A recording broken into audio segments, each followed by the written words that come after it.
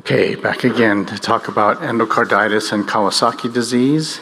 So I'm going to go fast again because there's a lot to cover in the next 30 to 35 minutes. Again, when I talk to our fellows, each of these is a separate lecture. I have no disclosures. And again, what I'm going to try to do is cover the entities listed in the American Board outline for these two areas, endocarditis and Kawasaki disease. If you're going to read one article, it's this, the scientific statement published by the American Heart Association back in 2015 with first author Bob Baltimore. So let's get started. So what is endocarditis? It's a microbial infection of the endocardial or endothelial surface of the heart associated with significant morbidity and unfortunately some mortality. There is some evidence that the incidence seems to be increasing. We know that the majority who develop endocarditis have underlying heart disease, and with increased survival of our patients with heart disease, especially with the most complex forms, we're seeing some evidence of a rise. The majority of kids with endocarditis and heart disease have had previous surgery, especially those who've had a shunt or a complex repair. But one should also note that it's possible to get endocarditis in the absence of structural heart disease, some series 8 to 10% of cases. This has been seen increasingly in sick newborns who have central lines in place, and as we'll discuss, may be seen in the setting of Staph aureus bacteremia. So let's now talk a little bit about the pathogenesis of endocarditis. So it requires damaged endothelium and bacteremia. So the damaged endothelium can occur in the setting of a pressure gradient with shear forces that can damage the endothelium. That's seen commonly in some congenital heart lesions with high velocity jets or foreign material. One can also damage the endothelium with catheters that traumatize either the endocardium or valvular endothelium. And then when one gets this damaged endothelium, thrombogenesis starts to occur, so leading to deposition of platelets, and then on top of that, fibrin, red cells, thus forming what's called a non-bacterial thrombotic endocarditic lesion. So this is the sterile lesion that forms after damaged endothelium. And then in the setting of bacteremia, bacteremia often occurs after trauma to mucous membranes, can be introduced through a central line or something like that. But the bacteria must be able to survive in the bloodstream in sufficient numbers then to adhere to the endocardium and propagate. The circulating bacteria can be entrapped in this non-bacterial thrombotic endocarditic lesion. After the bacteria adhere there, platelets and fibrin can be deposited over the organism, resulting in an enlarging vegetation that is the hallmark of endocarditis. So, damaged endothelium and bacteremia. We know that there are higher risk entities for development of endocarditis, including prosthetic valves, and that includes transcatheter valves, which are increasingly found in our field. Those with a previous episode of endocarditis, those with complex cyanotic heart disease, especially those with systemic to pulmonary artery shunts, in the setting of IV drug abuse, in the setting of indwelling central venous lines, in the setting of recent cardiac surgery in the prior 6 months, and there's some emerging evidence that maybe endocardial cushion defects should be over in this high-risk group rather than in the moderate risk group. What about organisms? There's now evidence that staph is the leading cause of endocarditis in the United States and Europe. So Staph aureus is the leading cause of what we call acute endocarditis. I'll talk about that in a minute. Staph aureus and coag-negative staph can be seen post-operatively in the setting of prosthetic valves, in the setting of catheter or foreign body associated abnormalities, or in the normal heart. Staph aureus bacteremia is associated with high morbidity and mortality.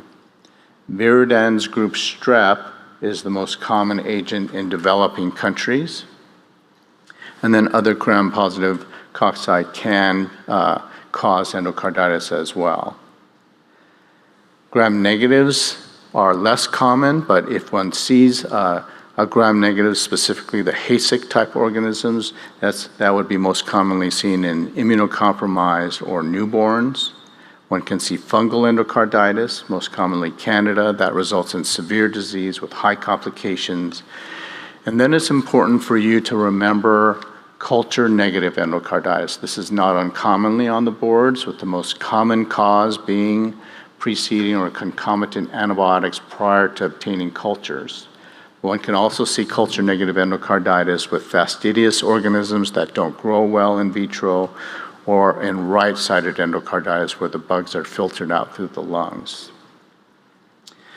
Clinical presentation can be separated into two broad categories. Obviously, there's much overlap and not everyone fits into one of these, but acute bacterial endocarditis is characterized by high fever, toxicity, rigors, with or without heart failure. Staph aureus is the most common etiologic agent, may occur in the post-op patient, may occur in the setting of a previously what was felt to be a normal heart, or in the setting of indwelling lines. The more common presentation is what we call a subacute presentation, used to be called subacute bacterial endocarditis, or SBE. This is a more insidious onset, insidious presentation. Patients are usually non-toxic, but don't feel well, malaise, fatigue, weight loss, diaphoresis. Viridans strep is the most common pathogen, although one can see this in fungal, HASIC, or coag-negative staph etiology endocarditis as well. This is where one sees the classic extracardiac manifestations of endocarditis, although these are much less commonly seen in kids than in adults.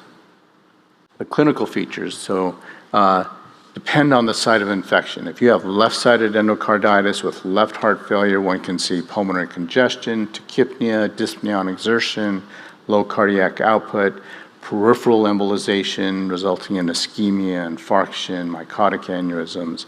If you have right-sided endocarditis, that can result in right heart failure with edema, hepatomegaly, low cardiac output, and the emboli can occur to the lungs, which can be more difficult to appreciate. From a cardiac standpoint, patients often have a murmur that is new or changing. Murmurs of AR and MR are the most common. One may see heart failure. One may see rhythm abnormalities such as conduction abnormalities or heart block. And less commonly, one can see evidence of graft obstruction, such as in patients with shunts or a small RV to PA conduit. These are the classic skin and ocular lesions described in endocarditis. So petechiae, I don't have a picture of that, are the most common, but one can also see splinter hemorrhages, Roth spots, ocellular nodes, Janeway lesions. Again, these are classic in the literature, but less commonly seen in kids. So how do we make the diagnosis of endocarditis? So it's important that you know about the Duke criteria. So they were first proposed by David Durack and then modified by Jennifer Lee and colleagues, and studies have shown that these criteria are superior to previously published criteria. What are they? So one can make the diagnosis of endocarditis definitively or definite endocarditis pathologically if one demonstrates the microorganisms in a vegetation, in an embolus, or in an abscess, or one sees pathologic evidence of an abscess or a vegetation. That's direct observation of these abnormalities, and that's uncommon, as you all know. So much more commonly, we're faced with a clinical scenario where we don't have access to the actual vegetation or the actual abscess to look at for culture. So when one tries to make the diagnosis clinically, there are, again, major and minor criteria. For the clinical diagnosis, 2 major, or 1 major and 3 minor, or 5 minor criteria confirms the diagnosis in terms of definite endocarditis. Possible endocarditis is in the case of 1 major and 1 minor, or 3 minor, and then there are criteria for rejecting the diagnosis that I won't go into. So what are the major criteria? So the first is positive blood culture for endocarditis due to a typical microorganism from at least 2 cultures, or the majority of cultures with a bug that is consistent with endocarditis, or a single positive culture or antibody titer for Coxiella burnetii. That's number one. So positive blood culture, number one, as a major criterion. Number two is evidence of endocardial involvement, and that's positive echo with an oscillating mass on a valve or support structure, an abscess, new partial dehiscence of a prosthetic valve, a fistula, or new valvular regurgitation, not just a worsening or a changing murmur. So new valvular regurgitation is also evidence of endocardial involvement. So two major criteria are blood culture and evidence of endocardial involvement. These are the minor criteria. Number one, predisposition with a heart condition or IV drug abuse. Two, fever. Three, vascular phenomena. Four, immunologic phenomena.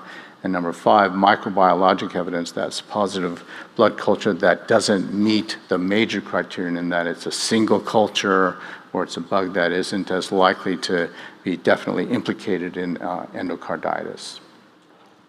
What do we do in terms of evaluation for possible endocarditis? So it's recommended, if the patient's status allows, that 3 or more blood cultures be obtained over 6 to 24 hours before initiating antibiotic therapy, because remember, initiating antibiotics before cultures can result in culture-negative endocarditis.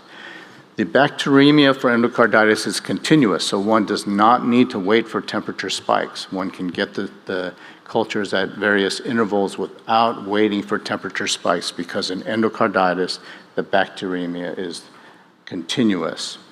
We know that echocardiography is the main and best modality for detecting endocardial infection.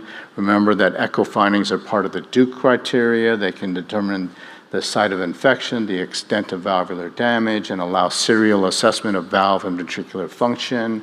They can look for complications such as an abscess or a fistula, and they play an important role in determining the timing of surgical intervention for endocarditis. What about echo, transthoracic versus TEE? So we know that TEE is more sensitive than transthoracic, but in the majority of kids, sensitivity is very high, and in the majority of young children with good imaging and relatively normal hearts or isolated valve pathology, transthoracic echo is enough. However, in kids with poor imaging, so those who are of adult size, obese, have poor imaging windows, lung disease, multiple previous surgeries, those with a prosthetic valve or complex left ventricular outflow tract area, or those at high risk for complications, transesophageal echo is recommended, and this is from that most recent guideline statement. Echo features associated with complications include vegetation size greater than 1 centimeter, a vegetation that increases during therapy, or worsening valvular or ventricular function. So this is a clip, a personal long clip, showing a large vegetation prolapsing into and out of the left ventricular outflow tract associated with the aortic valve, and then on the right, a complication. This is an aortic root abscess with this echo-free space behind the aortic valve. Medical treatment. Antibiotics relies on eradication of the pathogen. It's a prolonged course of therapy, so you'll see in the adult literature some trend towards shorter and shorter courses, but for kids, at least 4 weeks and often 6 to 8 weeks. Again, bactericidal regimens should be used, and drug choices based on the pathogen and its sensitivities, and I won't go over all of those details. I'll leave that to you on your own. There are patients who are at high risk for complications of endocarditis, namely those with prosthetic cardiac valves, those with left-sided endocarditis, those with Staph aureus endocarditis, fungal endocarditis, a previous episode of endocarditis, those who have prolonged clinical symptoms, cyanotic heart disease, especially with a shunt, and those who don't respond well to therapy. Complications from a cardiac standpoint can be broadly separated into valvular and perivalvular complications. So by far and away, the most common valvular complication is regurgitation, sometimes with enough volume overload to result in heart failure. Less commonly, one can see obstruction to flow, especially out of a conduit. and then one can see prosthetic valve dehiscence. Perivalvular complications most often affect the aortic valve and most often a prosthetic aortic valve.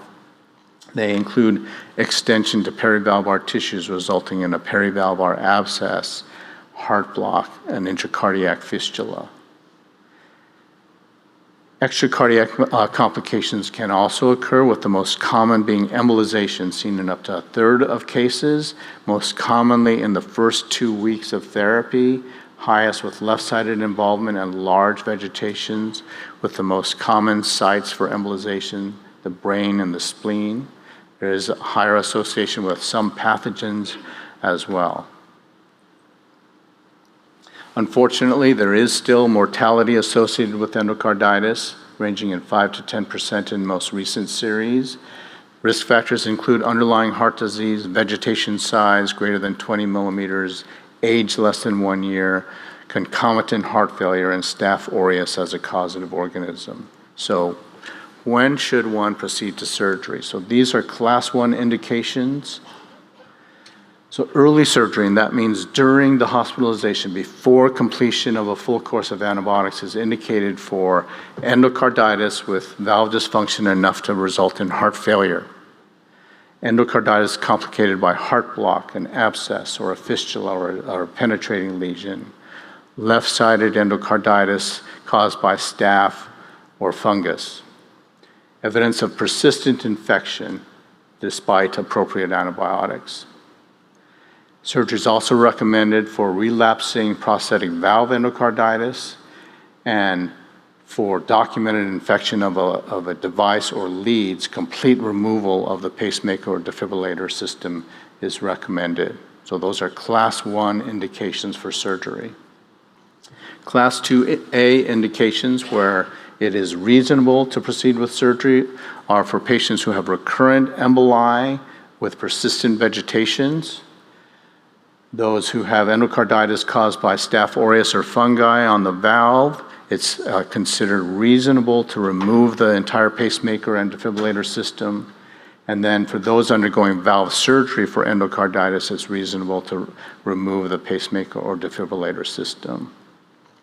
I'm not going to go into all of the class 2B indications. That third bullet there, this is for adults, is that surgery may be considered in native endocarditis with a mobile large vegetation, but for kids, this is the recommendation from the Baltimore paper, is that prophylactic surgery to prevent a primary embolic event is not recommended. Let's now switch gears to talk about endocarditis prophylaxis briefly. If you're going to read one paper, it would be this from Walt Wilson over 10 years ago now. Remember that the primary reasons to revise the recommendations for endocarditis prophylaxis were, number 1, that endocarditis is much more likely to result from frequent random bacteremia such as brushing, flossing, or even chewing than from a dental, GI, or GU tract procedure. And there's a risk of antibiotic-associated adverse events that in many cases exceeds the benefit, which is questionable in the first place, of prophylactic antibiotics. So that being said, the current recommendations are for which patients to receive prophylaxis. And the recommendation is that those with the greatest risk of an adverse outcome continue to receive prophylaxis. And those are patients who have a prosthetic valve or prosthetic material to repair a valve. Number 2, those with previous endocarditis. Number 3, unrepaired cyanotic congenital heart disease. Repaired congenital heart disease with prosthetic material or device in the first 6 months after the surgery. And number 3, repaired congenital heart disease with a residual defect adjacent to the site of a prosthetic device or patch. And finally, cardiac transplant patients who have a significant valvulopathy. So we know which patients, for which procedure should they get endocarditis prophylaxis. So any dental procedure enough to potentially make the gums bleed is how I think about this. And then invasive procedures of the respiratory tract that involve incision or biopsy of respiratory mucosa. So dental procedures enough to make the gums bleed, or invasive respiratory tract procedures, but not for any GI or GU tract procedures. Which antibiotics? So it's amoxicillin is the preferred agent for both dental and respiratory tract procedures, well absorbed and covers most of the bacteria that are colonizing those areas. And then I'll let you read that summary on your own in the interest of time here and move on to Kawasaki disease. So again, my objectives are to cover the areas listed in the Board of Pediatrics outline. If one is going to read one paper, this is what I would recommend, the most recent KD scientific statement published in Circulation in 2017, first author Brian McCrindle.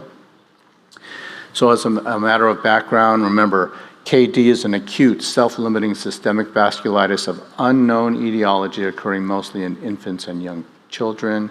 Coronary artery aneurysms are the most important complication. We'll obviously talk about that here in a minute. It's the leading cause of acquired heart disease now in developed countries such as the United States. It has been reported worldwide. The majority of patients are under 5 years of age. It occurs in all ethnic groups, but most commonly affects those of Japanese descent, and followed by Asians, African Americans, Hispanics, and Caucasians. In the United States, more common in winter and early spring. Boys are more commonly affected than girls, and there is a recurrence rate of 2 to 3%. Our current thinking about the pathogenesis is that there is either an infectious or antigenic trigger in a genetically susceptible host that results in an immunologic reaction, clinical Kawasaki disease as we see it. And then there's increasing evidence that the outcome is genetically determined and can be, of course, modified by treatment. In terms of the pathology, the current thinking is there are 3 linked processes. The first is a necrotizing arteritis that occurs in the first 2 weeks after fever onset. This results in arterial wall destruction that can lead to, obviously, large aneurysms that can thrombose or even rupture. The second is subacute or chronic vasculitis that begins weeks after the fever and can continue for months to years, results in inflammation or infiltration of lymphocytes, and sometimes worsening of the coronary artery aneurysms. And then the third is a unique process called luminal myofibroblastic proliferation, or LMP, that begins weeks after onset and persists for months and in many cases years. And this unique process results in stenosis. So how do we make the diagnosis? Most of you are hopefully familiar with this. So fever lasting at least for 5 days and 4 or 5 of the principal clinical criteria, including conjunctivitis, which is bilateral, non-exudative, and limbus sparing. Oropharyngeal changes, including erythema and cracking of the lips, a strawberry tongue, erythema of the pharynx. Extremity changes, erythema and edema of the hands and feet with periungual peeling 2 to 3 weeks later. A rash, which can be a polymorphous exanthum on the trunk, perineal areas in particular, so accentuated in those areas. And then cervical adenopathy greater than 1.5 centimeters in size, usually unilateral, non-fluctuant, and non-tender. There are characteristics that should suggest other diseases than KD, including an exudative conjunctivitis, an exudative pharyngitis, discrete intraoral lesions, a bullous or vesicular rash, or generalized adenopathy. But remember that up to 30% of patients with typical KD have lab evidence of a concomitant infection. So having a viral illness at the same time doesn't mean that the patient can't have KD. They often will have both. So cardiovascular manifestations are, of course, the most important. It's the leading cause of morbidity and mortality. One can have a hyperdynamic precordium, tachycardia, sometimes a gallop rhythm, a flow murmur, or a murmur of mitral regurgitation. Some patients can present in low cardiac output or shock, and I'll talk about that in a minute. EKG findings are usually nonspecific, and echo findings, as we'll talk about and you all know, are central to the evaluation and management. So cardiovascular findings are multiple. So cardiovascular collapse has been reported in up to 5 to 7%. These patients present with shock and hypotension. There's possibly an association between this and increased resistance, abnormal coronaries, and prolonged dysfunction. Myocarditis is common in more than 50% of cases. It occurs before coronary abnormalities. There's myocardial edema, but little cellular disruption or cellular loss. One may see left ventricular dysfunction by echo in about 20%, but this is usually transient and responds well to treatment, and specifically IVIG. Pericarditis can be present, but the effusions, if present, are usually small.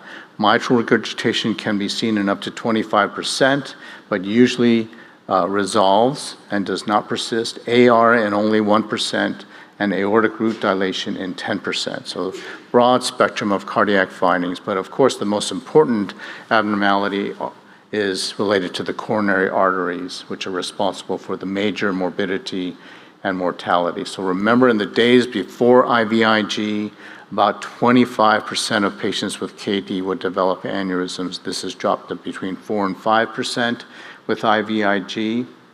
Many patients have transient ectasia that resolves by 4 to 8 weeks.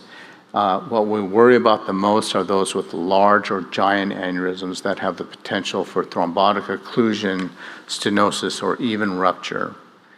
Laboratory findings are often abnormal, so leukocytosis, anemia, elevated acute phase reactants, thrombocytosis, which is usually in weeks 2 to 3, abnormal liver function, hypoalbuminemia. Some patients have a sterile pyuria. Of those who are irritable enough or have clinical findings suggestive of meningitis and undergo an LP, about 50% have aseptic meningitis features. And the troponin I may be elevated in a small percentage of the patients. So it's useful to think of KD in clinical phases. The acute phase, 1 to 2 weeks, fever, typical clinical findings, myocarditis, pericarditis. The subacute phase between 1 and 2 weeks and 1 month is resolution of fever, resolution of other acute features, sometimes desquamation, and this is when one sees thrombocytosis and increasing aneurysms. And then the convalescent phase, 1 to 2 months with resolution of clinical features and normalization of inflammatory indices. And this figure here on the right shows the clinical feature with its timing. It's important to talk about this entity called incomplete or atypical Kawasaki disease. That's children with fever and fewer than 4 diagnostic criteria. It's more common at the extreme ends of the age spectrum, so infants and then kids over 8 years of age. It does not refer to unusual clinical features. It just refers to a less than complete typical picture. It can produce or result in a very difficult diagnostic dilemma with delayed diagnosis and thus a higher risk for coronary abnormalities. Of note, patients with incomplete KD have the same laboratory profile as classic cases. And again, incomplete KD can result in both under and overdiagnosis.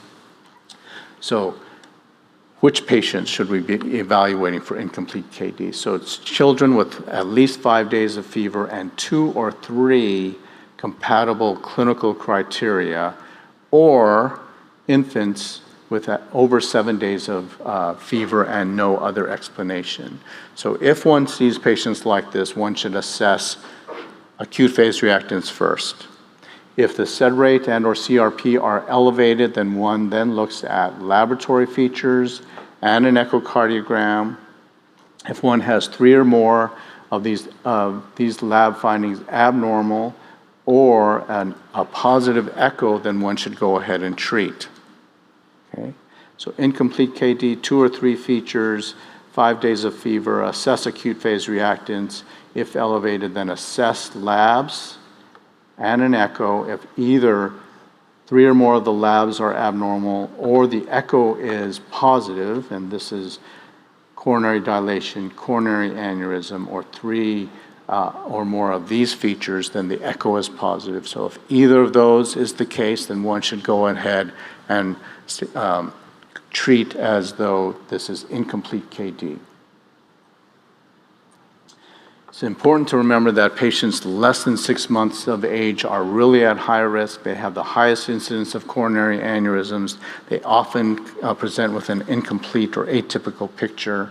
And thus, again, if infants less than 6 months of age have more than or equal to 7 days of fever with laboratory evidence of inflammation, then one should move towards assessing labs and echo and give strong consideration to treatment. Risk factors for coronary aneurysms include male gender, young or old age, resistance to IVIG, systolic dysfunction on the initial echo, and then lab findings at presentation: anemia, low platelet count, low albumin, high CRP, high percentage neutrophils, hyponatremia have all been described as risk factors. You all know that echocardiography is central to our evaluation and management of these patients. We can often get exquisite pictures of the coronaries. High-resolution imaging of coronaries is possible in the majority of patients. The younger patients very often require sedation because they are so darn irritable. Remember that echo is useful because it has high sensitivity and specificity for detecting proximal coronary abnormalities, and distal abnormalities don't occur without proximal abnormalities. Should be performed at diagnosis at 1 to 2 weeks and at 4 to 6 weeks, more frequently if they're abnormal or the patient's course is not usual. So this is a clip from parasternal short axis showing very large, giant aneurysms of the left and right coronary systems. Remember that one should pay attention to both absolute dimensions as well as z-scores. So a z-score greater than 10 is considered a large or giant aneurysm. The left anterior descending is most commonly affected, followed by the right coronary artery. Acute treatment: IVIG 2 grams per kilo as a single infusion. Treat before day 10 and preferably before day 7. Moderate or high dose aspirin until afebrile. So in the Japanese literature, they often use moderate dose aspirin versus in the United States, we often use high dose aspirin. There's been no difference in terms of outcome related to those two. Some treat until they're afebrile for 48 to 72 hours and others until they're 14 days out. And then they should be switched to low dose aspirin until they get to at least the 4 to 6 week evaluation. So I'm not going to spend much time on this except to expose you to this concept of adjunctive therapy for high-risk patients. So there are 3 scoring systems in Japan that have been able to predict patients at high risk for IVIG resistance who might benefit from adjunctive initial therapy. In the United States, we know that those who have dilated coronaries at baseline, those who are very young, might fit that category, and there's some consideration to adding adjunctive treatment such as steroids or infliximab to IVIG for primary treatment. It's important to remember that 10 to 20% of patients with KD quote-unquote fail primary treatment with persistent or recrudescent fever more than 36 hours after the end of the initial IVIG. The most common retreatments are a second dose of IVIG or a second dose of IVIG plus steroids or TNF alpha blockers such as infliximab. And then there are other modalities that one can consider if one continues to struggle after that. Complications of Kawasaki disease can occur early. We've already talked about myocarditis and pericardial effusion, but those with the most severe disease can have peripheral ischemia or high drops of the gallbladder. In the convalescent phase, those with aneurysms can develop thrombosis of their aneurysm, and then late, there can be coronary stenosis or thrombosis with ischemia, infarction, and valvular abnormalities. So this is an example of a patient with a giant aneurysm of the left anterior descending with a thrombus filling that coronary. So thrombolytic therapy is recommended for these patients. Most recommend TPA with heparin and low-dose aspirin. Some recommend abciximab with half-dose thrombolytic therapy. And in extreme cases where there's compromise, one can consider transcatheter intervention for these patients. This is a graph showing the incidence of stenosis on the y-axis versus interval from KD onset on the x-axis. The yellow line is large aneurysm, the blue is moderate aneurysm, and the pink line is small aneurysm. So the larger the aneurysm, the greater the risk of stenosis over time. You all know that. Myocardial infarction can occur after KD, and if it occurs, it's most common in the first 12 months. So first 12 months after KD is when it's most common. Of course, one can see that at any point in time for those with severely affected coronaries, but most common in the first 12 months. So we know that ischemic heart disease can occur in those with known KD and known coronary abnormalities, but there's increasing literature out there of adults presenting with myocardial ischemia at age less than 40, showing coronary abnormalities likely representing missed KD in childhood. Catheter intervention can be considered. There's also bypass surgery that has been performed. I won't go into either of those here because they could represent a whole separate lecture.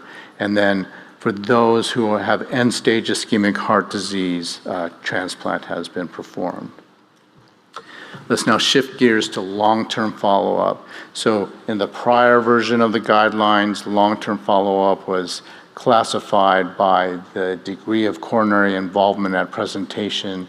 In the most recent guidelines, there is still that classification with subclassification based on the current status of the coronary. So for instance, classification 3 is a small aneurysm and then subclassed by persistent small aneurysm or a decrease in dilation or even a normal appearing coronary. So there are those classifications and subclassifications.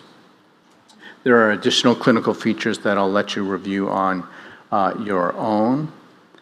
So let's now briefly talk about these risk levels. So risk level 1, always normal coronaries, reasonable to discharge them from cardiology at 4 to 6 weeks with no aspirin or activity restrictions.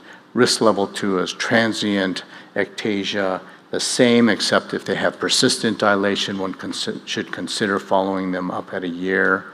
Risk level 3, small aneurysm, assess more frequently, continue on long-term aspirin, no activity restrictions for the first 10 years and then guided by stress testing.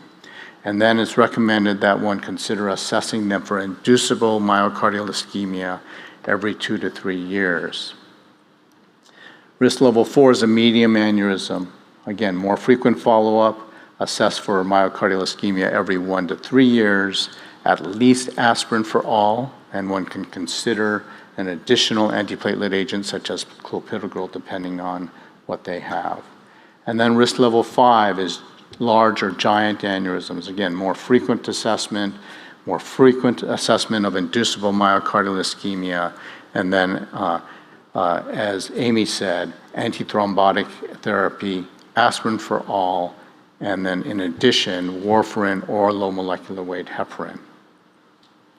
There are various modes that can be used. Dr. Paradon talked some about this, looking for inducible ischemia. One can use whatever is best at your institution, so there is no one single test that is considered the best.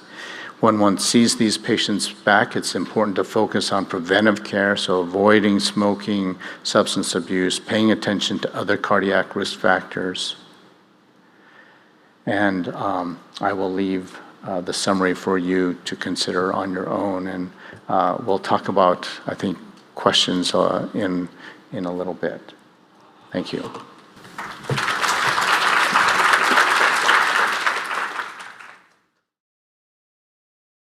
The risk of endocarditis is highest in a patient with the following type of unrepaired congenital heart lesion?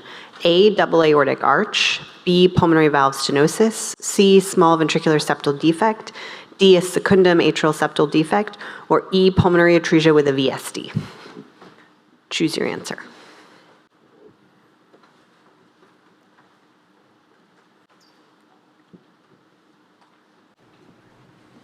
Okay, most of you chose E, and that is the correct answer. So the risk of endocarditis would be very low in a double aortic arch or secundum ASD, and in fact, fairly low in pulmonary valve stenosis in most cases. So there is an increased risk with a small VSD with a high velocity jet, but by far and away, the highest risk is an unrepaired cyanotic heart disease. So the answer is E, pulmonary atresia with VSD. Next question. So question 2, a 12-year-old boy with no previously known heart disease presents with high fever, rigors, a new murmur of aortic regurgitation and congestive heart failure. The most likely diagnosis is A, endocarditis caused by Viridans strep, B, endocarditis caused by Staph aureus, C, Kawasaki disease, D, acute rheumatic fever, or E, Lyme disease. Choose your answer.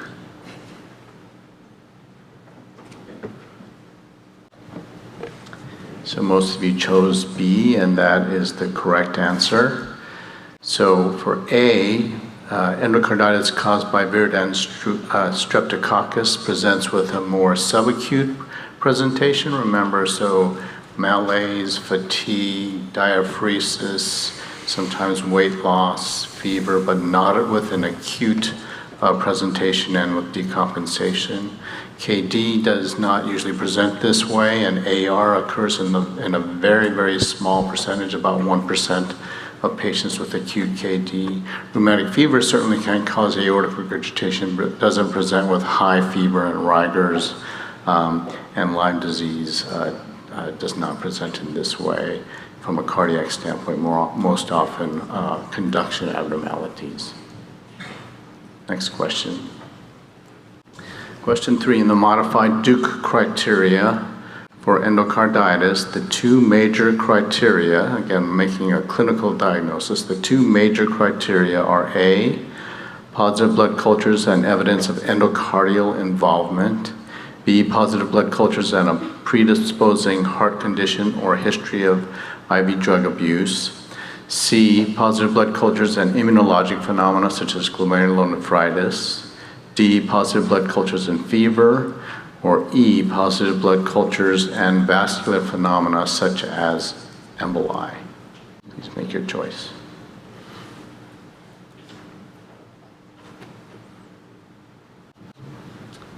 So it looks like almost all of you chose A, which is the correct answer. So positive blood cultures, either the typical organism or the majority of blood cultures from an organism consistent with endocarditis, and then evidence of endocardial involvement, so an oscillating mass or new valve regurgitation. Those are the two major criteria.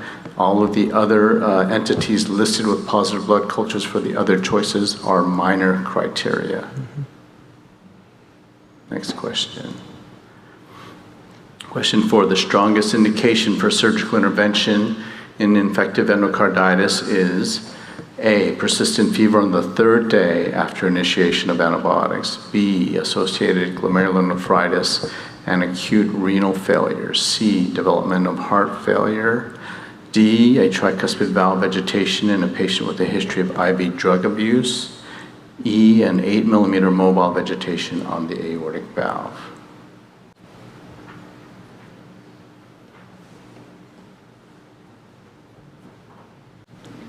Okay, so most of you chose C, a few chose others, including E. So development of heart failure is the correct answer. So remember, the class 1 indications for surgical intervention in endocarditis includes heart failure, penetrating lesions, invasive disease such as an abscess, a fistula, heart block, persistent vegetation after emboli, and remember the last part that where I showed you, so prophylactic intervention for a large vegetation is not indicated in pediatrics. So an 8 millimeter mobile vegetation on the aortic valve, number one, is not in keeping with the greater than 1 centimeter published in the literature for adults, but for kids, prophylactic intervention for a large vegetation is currently not recommended.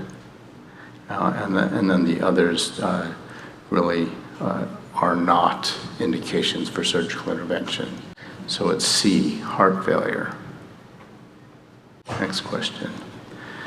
It's question 5. Antibiotic prophylaxis before dental work is indicated in a patient with A, a bicuspid aortic valve with moderately severe aortic stenosis, B, a VSD that was repaired 5 years ago with a Dacron patch but no residual shunt, C, a heart transplant patient without significant valvulopathy, D, a patient with tetralogy of Fallot status post-repair with a bioprosthetic valve conduit, and E, a small unrepaired perimembranous ventricular septal defect. Make your choice.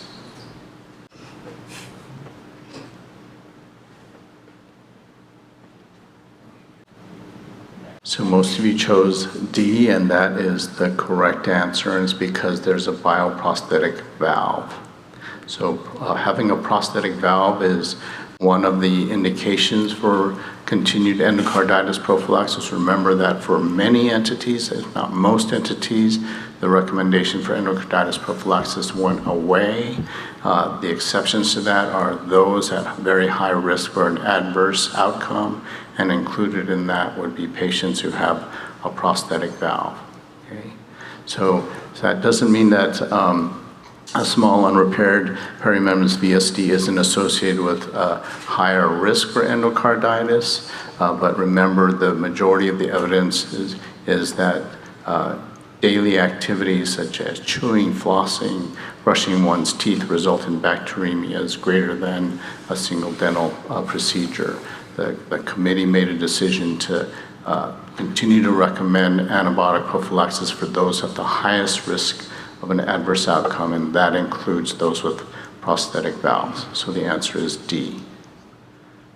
Next question.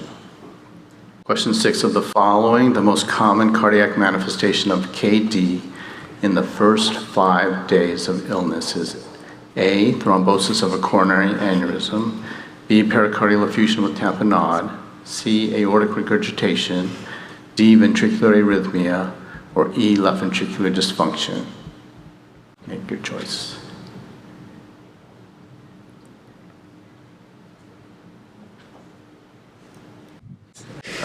The answer is E.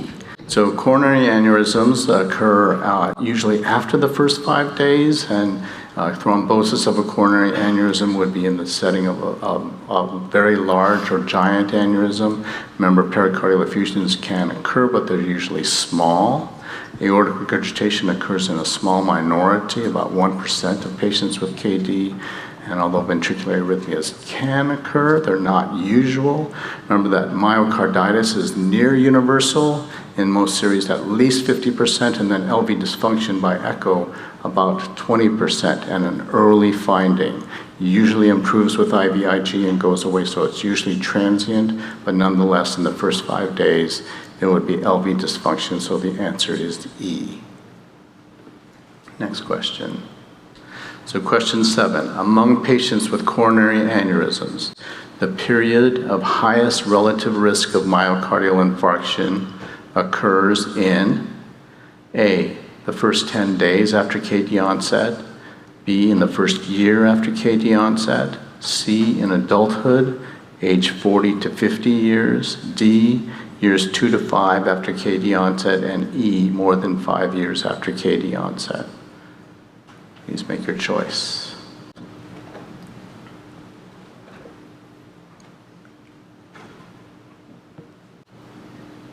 So the majority of you chose B, and that is the correct answer. So remember the graph that I showed you, the incidence of myocardial infarction, plotted on the y-axis versus time after KD on the x-axis, and the majority occur in the first year. Doesn't mean that they all do. There's an ongoing risk of myocardial infarction, and certainly adults with major coronary problems after KD have an ongoing risk of ischemia and infarction, but the greatest period of risk is in the first year after KD.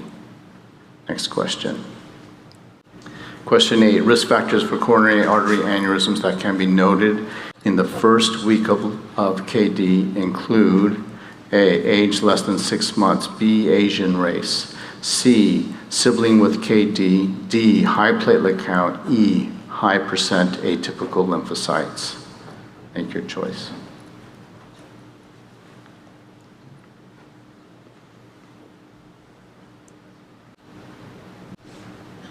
So the majority chose A, and that is the correct answer. So features present that are risk factors for coronary aneurysms include young age, especially young age, because they often present atypically as well. So IVIG resistance, male gender, if anything, a low platelet count, so thrombocytopenia, a higher percentage of neutrophils, hyponatremia. Those have all been reported in various series, but certainly one of the most consistent risk factors is very young age, so infants less than 6 months of age. So A is the correct answer. Next question. So what is the best anticoagulation strategy for patients with giant coronary aneurysms?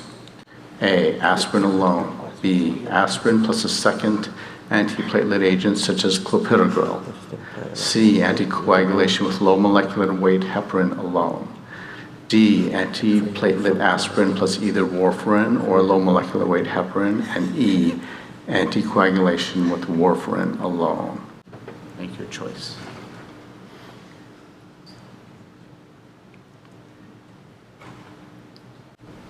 So the majority of you chose D, a smattering chose A and B, but the correct, or the best answer is D. So remember in the guidelines, there's talk about how to manage patients with different coronary strata. It's based on the coronaries at the time of KD and then substratified by the current status. But for giant or large aneurysms, the recommendation is either low molecular weight heparin or warfarin plus aspirin. So the greatest degree of anticoagulation for those patients. And so D is the correct answer. Last question. So the best management strategy for patients after KD should include A, coronary angiography at 1 year for all patients with aneurysms. B, lifelong antiplatelet agent regardless of coronary status. C, stress testing with myocardial perfusion imaging at least yearly for patients with persistent large or giant aneurysms. D, annual cardiac evaluation for 10 years for patients who showed transient coronary ectasia earlier in their KD course. And E, activity restrictions for all patients after KD.